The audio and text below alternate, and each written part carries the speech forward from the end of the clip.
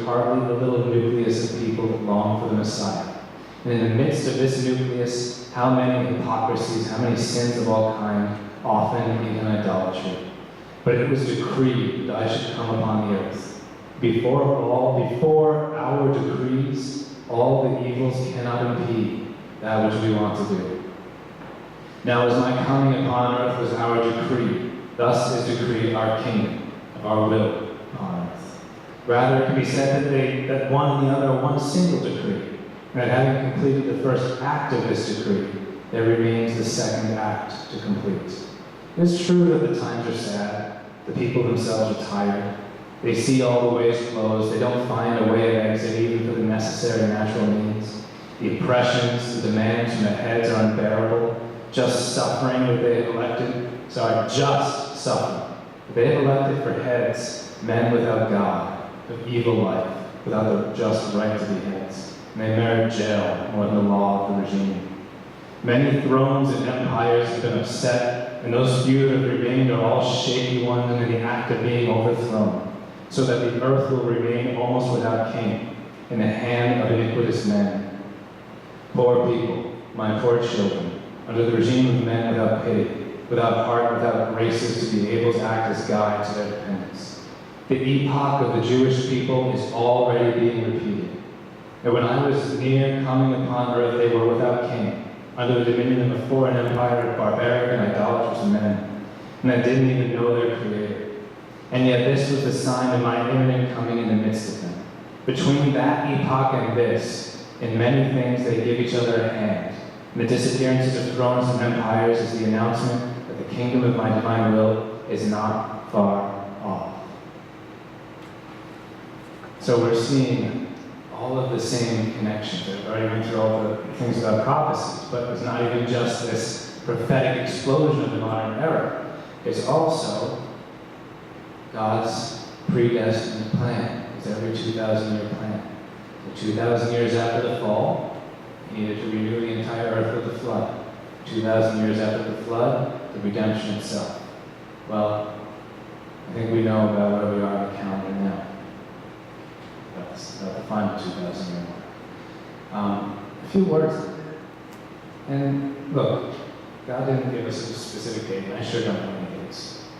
But it would be foolish not to just ponder this for a bit. The redemption, the paschal mysteries, the crucifixion, death, and resurrection. Traditionally, we would think of that as being 33 AD. And it may very well have been.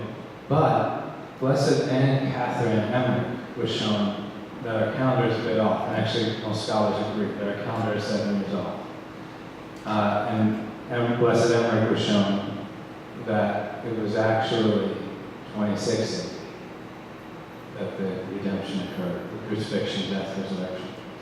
Well, that puts the 2,000 mark of redemption at 2026, 7 years from now.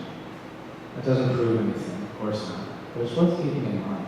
It would certainly be fitting, would it not? It would certainly be quite fitting if the kingdom of the divine will came exactly 2,000 years, exactly 2,000 years after the kingdom of redemption. It doesn't have to, but maybe if we work hard enough, it will. Maybe if we spread this zealously enough, it will. All the other parables are there. And the more impossible it seems, the more that pleases God, perhaps, because it shows His power through it. This is not liberation theology. This is not us thinking we can build the kingdom of God on earth with our own hands. This is begging God for Him to deliver it to us by His omnipotence. And it's going to happen entirely miraculous, but not without our cooperation, not without our prayers, not without our ardent yearnings for it.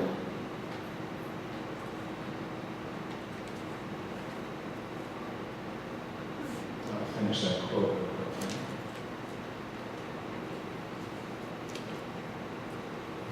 Indeed, the nations will continue to struggle between themselves, some for war, some for revolution, between themselves and against my church. They have a fire that devours them in the midst of them. It doesn't give them peace, and they don't know how to give peace. It is the fire of sin, the fire of doing without God, that gives them no peace. And they will never have peace if they don't call God in the midst of them as regime and bond of union and peace. And I allow them to do it. and I will make them touch with their hands what it means to do without God. But this does not impede that the kingdom of my supreme fiat comes. First, we will deal with one single creature, forming the kingdom in her first, that is Louisa. Then with a few, that is you all, we're still in the very few stage of this kingdom. And then, making use of our omnipotence, we will spread it everywhere. He doesn't say, I'm going to go from a few to a few more, to a few more, to a few more. He says he can go from a few to everywhere. We can't allow ourselves to get despairing, thinking that this is growing slowly. It's okay. He needs a serious, zealous core of people devoted to this. And from that little, tiny core, he can explode the kingdom throughout the whole world, which he will do soon for faith. The multiplication of the loaves and fishes, we all know that. We give him our, 5 loaves, 7 fish, and we can feed the thousands of them. And that's certainly what we'll do with the kingdom. So, this is quite a bit of material from Jesus to Louisa, but I think that one thing has been made absolutely clear, as I said in the beginning of this talk. We are living in the most exciting times in history. The invitation, not only the times, but the most exciting times in history, it's that the invitation being offered to us is the most exciting invitation in history, to be the very ones through whom God's greatest intervention in history transpires. To be those people. Be attentive, Jesus says to us. This is about something too great, and about the most important thing that exists in heaven and on earth. This is about placing the rights of our will in safety, about giving back to us the purpose of creation, about returning to us all the glory for which all things were made, and about making us give all the graces which our will had established to give to creatures, had they fulfilled our will in everything. The saints of the past centuries symbolized my humanity. They did not receive the mark of the Son of my resurrection, but the mark of the works of my humanity before my resurrection. Therefore, they will be many, almost like stars. They will form a beautiful ornament to the heaven of my humanity. But the saints who live in my will symbolize my resurrected humanity, will be few.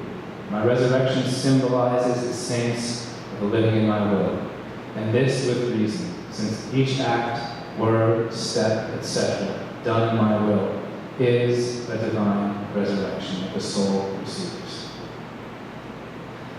The life of the church must follow the life of her head, Christ. He had his passion, which we're going to enter into very shortly in the church, but we tend to forget that he also had his resurrection, the time on earth, 40 days, and then his ascension. The church will also have its resurrected time on earth, the kingdom coming. And that's for us to make happen. But there's a lot of work to make that happen. It's going to require our cooperation, effort, zeal. So get some good sleep. We'll talk about that tomorrow.